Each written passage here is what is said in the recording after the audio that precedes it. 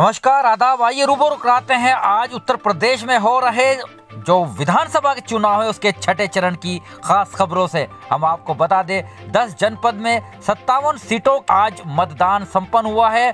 सब बहुचर्चित सीट गोरखपुर के अलावा अंबेडकर नगर, बलरामपुर, सिद्धार्थनगर, बस्ती, संत कबीर नगर, महाराजगंज, कुशीनगर, देवरिया और बलिया में आज 10 जनपदों में 57 सीट पर मतदान हुआ है और 676 प्रत्याशियों भाग्य ईवीएम में हो गया है।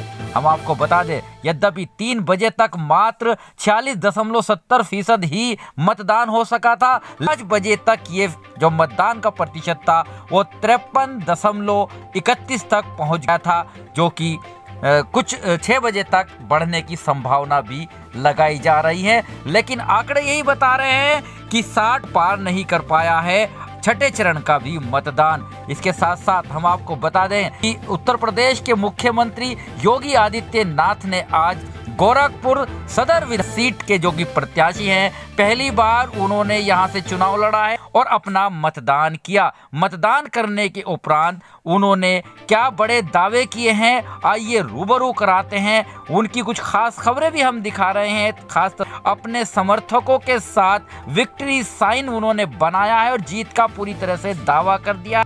वोट डालने के बाद उन्होंने पत्रकारों से वार्ता की, उनके सवालों का जवाब दिया। इसके साथ साथ ही उन्होंने दावा किया है कि आज के इस मतदान में जबरदस्त लगेंगे छक्के। और इसके साथ साथ उन्होंने क्या कहा, आइए सुनवाते हैं उन्हीं की ज़बानी। यह आम जनमानस की जागरूकता का प्रमाण है कि न केवल जनता जनार्दन अपने संवैधानिक अधिकारों के प्रति बल्कि अपने संवैधानिक कर्तव्यों के प्रति भी बहुत जागरूक है। खास तौर पर माताएं बहनें जिस उत्साह के साथ मतदान करने के लिए आ रही हैं, ये बहुत शुभ है। और मेरी भी जब 5 चरणों के चुनाव संपन्न हो चुके हैं और छठे चरण में आज मतदान हो रहा है, तो पूरे 9 जनपदों के उन सभी मतदाताओं से मेरी अपील है कि अधिक से अधिक मात्रा में आकर के अपने अपने मतदान केंद्र में जाकर के, अपने बूथ पे जाकर के मतदान करें, क्योंकि ये हमारा संवैधानिक दायित्व भी है।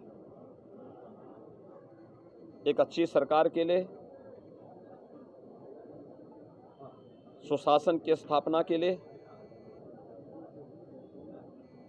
जनता की आकांक्षा के अनुरूप विकास के कार्यों को आगे बढ़ाने की दिशा भी।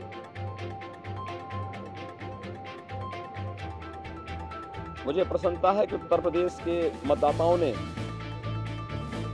2022 के सामान्य निर्वाचन में बड़े उत्साह के साथ वे लोग भाग ले रहे हैं। 5 चरणों के चुनाव ने इस बात को साबित भी किया है और आज छठे चरण का मतदान है। मैं विश्वास के साथ कह सकता हूं कि 5 चरणों का जो रुझान है, भारतीय जनता पार्टी प्रधानमंत्री मोदी जी के मार्गदर्शन और नेतृत्व में पूर्ण बहुमत से काफी आगे वर्तमान में चल रही है। और आज छठे चरण का जो चुनाव है, इसमें जोरदार छक्के लगेंगे। आदित्यनाथ ने साफ दावा कर दिया है कि उनकी जीत हो रही है। लेकिन आज जो छिटपुट घटनाएं हुई हैं, आरोप प्रत्यारोप का दौर भी चलता रहा। समाजवादी पार्टी ने भी आरोप लगाए, कई प्रत्याशियों ने आरोप लगाए। किसी ने कहा कि ईवीएम खराब, तो किसी ने कहा मतदान ढीला, किसी ने कहा कि उनको भगाया जा रहा है। आरोप प्रत्यारोप के बाद जो कि मुख्य निर्वाचन अधिकारी हैं अजय शुक्ला, वो भी सामने आए। उन्होंने कहा कि जनपद जो 10 जनपद हैं जिसके अंदर अंबेडकर नगर, बलरामपुर, सिद्धार्थ नगर, बस्ती, संत कबीर नगर, महाराजगंज, गोरखपुर, कुशीनगर, देवरिया और बलिया में जो 57 सीटों पर आज मतदान हुआ है वो शांतिपूर्वक, निष्पक्ष तरीके से, पूरी पारदर्शिता के साथ संपन्न हुआ है, ऐसा उन्होंने दावा किया। और 676 प्रत्याशियों का भाग्य ईवीएम में कैद हो गया है, ऐसी उन्होंने जानकारी दी है। उन्होंने कहा कहीं भी कोई अप्रिय घटना की सूचना नहीं है और पूरी तरह से आयोग ने जो दिशा निर्देश है उसके तहत ही मतदान संपन्न हुआ है। इसके साथ साथ हम आपको ये भी बताएंगे कि समाजवादी पार्टी के कई नेताओं ने ये आरोप भी लगाया कि उनको बूथ से भगाया गया है। वहीं आपको लेकर चलते हैं बलिया जनपद की बांसडीह विधानसभा के असेगा बूथ पर। यहां पर भाजपा प्रत्याशी केतकी सिंह और उनके ससुर के साथ फोटोस की धक्का मुक्की की तस्वीरें वायरल हो रही हैं, जिसमें उन्होंने एक बड़ा बयान भी कहा है, धमकी भी दी है और कहा है कि 5 बजे तक उनको 5 बजे के बाद देखेंगे। आइए सुनवाते हैं, दिखाते हैं क्या लगा है आरोप और क्या कहा है केतकी सिंह ने।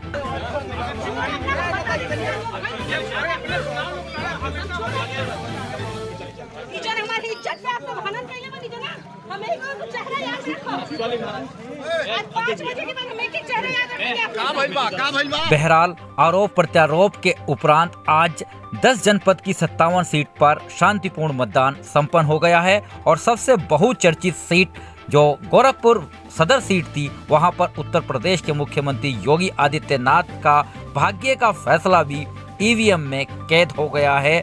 अब नतीजे 10 मार्च को आएंगे कि कौन जीतता है और किसकी बनती है सरकार।